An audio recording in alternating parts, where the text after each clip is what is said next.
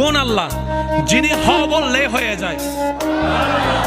কোন আল্লাহ যিনি আসমানকে নিখুঁতভাবে পিলার ছাড়া ছাদ বানায় রেখেছেন? কোন আল্লাহ যিনি কোনো প্রকার বেস ছাড়া পুরো পৃথিবীকে পানির উপর বাসায় রেখেছেন?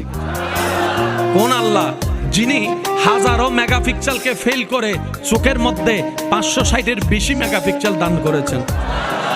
কোন আল্লাহ যিনি কোনো প্রকার মেশিন ছাড়া আপনার কিডনির মাধ্যমে আপনার শরীরের উপকার করে যাচ্ছেন?